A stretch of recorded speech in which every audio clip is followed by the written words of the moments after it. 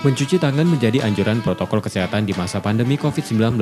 Wastafel untuk cuci tangan kini dibutuhkan di banyak tempat. Hal ini mendatangkan ide kreatif warga Lorong Mari, Kelurahan Talang Bubuk, Kecamatan Pelaju Palembang. Warga membuat kerajinan berupa wastafel dari ban bekas. Ban bekas sebagai bahan utama didapat dari bengkel mobil. Pembuatan wastafel dimulai dari pengguntingan berpola pada tepi ban. Selanjutnya, sisi dalam ban dibalik ke sebelah luar dan sebaliknya. Agar tampilannya lebih menarik, sisi ban dicat dengan aneka warna. Produksi wastafel kini dikerjakan 3 orang warga. Dalam sehari, mereka dapat membuat 1 wastafel.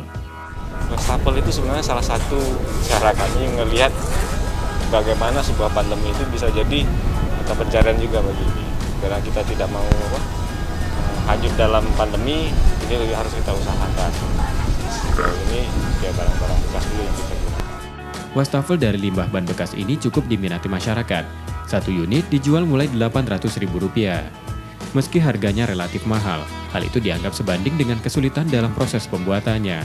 Sejauh ini bagus, karena masyarakat mungkin berarti lebih kreatif.